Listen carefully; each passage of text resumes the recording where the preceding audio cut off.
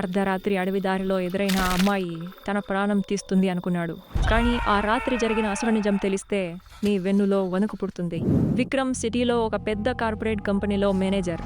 దేవుడు దయ్యం లాంటివి అతను అస్సలు నమ్మడు. తన ఫ్రెండ్ సిద్ధార్థ్ బలవంతం మీద వాళ్ళ ఊరి జాతరకి వెళ్ళాడు. జాతర సందడిలో ఉన్నప్పుడు విక్రమ్కి ఆఫీస్ నుండి అర్జెంట్ కాల్ వచ్చింది. నేనిప్పుడే సిటీకి బయలుదేరాలని బైక్ తీశాడు. సిద్ధార్థ్ చాలా బ్రతిమాలాడు. రే విక్రమ్, ఇప్పుడు టైం 1 గంట అవుతుంది. ఆ అడవి దారిలో అస్సలు వెళ్ళకూడదు. ఈ మధ్య అక్కడ ఏదో తిరుగుతుందని ఊర్లో వాళ్ళు చెప్పుకుంటున్నారు. ప్లీజ్ ఆగరా అని బ్రతిమాలాడు. కానీ విక్రమ్ నవ్వి, ఈ కాలంలో కూడా ఏంటిరా ఈ నమ్మకాలు? నా బైక్ స్పీడ్ ముందు ఏ దయ్యం రాదు అని మొండిగా బయలుదేరాడు. దారి పొడవునా భయంకరమైన నిశ్శబ్దం. ఎవరో తన వెంటే బైక్ మీద వస్తున్నట్టు వెనుక నుండి ఒక గాలి తగులుతోంది. విక్రమ్ అద్దంలో చూశాడు. ఎవరూ లేరు. కానీ తన భుజం మీద ఎవరో చేయవేసినట్టు అనిపించి ఒక్కసారిగా బైక్ ఆపాడు. అప్పుడే బైక్ లైట్ వెలుతురులో ఒక అమ్మాయి కనిపించింది. తెల్లటి చీర, జుట్టు ఉరబోసుకొని రోడ్డు పక్కన నిలబడి ఉంది. విక్రమ్ భయంతో వణుకుతున్నా, ఎవరు మీరు? ఈ టైంలో ఇక్కడేం చేస్తున్నారు అని అడిగాడు. ఆ అమ్మాయి నెమ్మదిగా తలెత్తి, కొంచెం ముందుకు డ్రాప్ ఇస్తారా అని అడిగింది. విక్రమ్ ఆమెను ఎక్కించుకున్నాడు.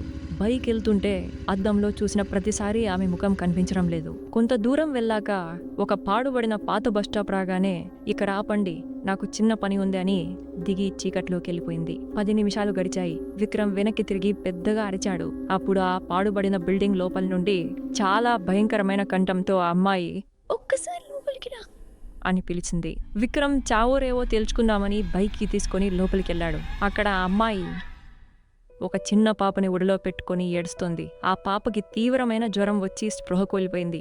ఆ అమ్మాయి దయ్యం కాదు. ఆ అడవిలో ఉండే ఒక పేద గిరిజన మహిళ. ఫోన్ సిగ్నల్ లేదు. అంబులెన్స్ వచ్చే దారి లేదు. తన బిడ్డను కాపాడుకోవడానికి రోడ్డు మీదకొచ్చి లిఫ్ట్ అడిగింది. సరిగ్గా అప్పుడే సిద్ధార్థ్ నుండి విక్రమ్కి కాల్ వచ్చింది. విక్రమ్, నువ్వు సేఫ్గా ఉన్నావా? నువ్వు వెళ్లాల్సిన రూట్లో 1 కిలోమీటర్ ముందు మెయిన్ బ్రిడ్జ్ కూలిపోయిందిరా. నువ్వు గనక ఆగకుండా వెళ్ళుంటే ఈ పాటికి లోయలో పడిపోయేవాడివి.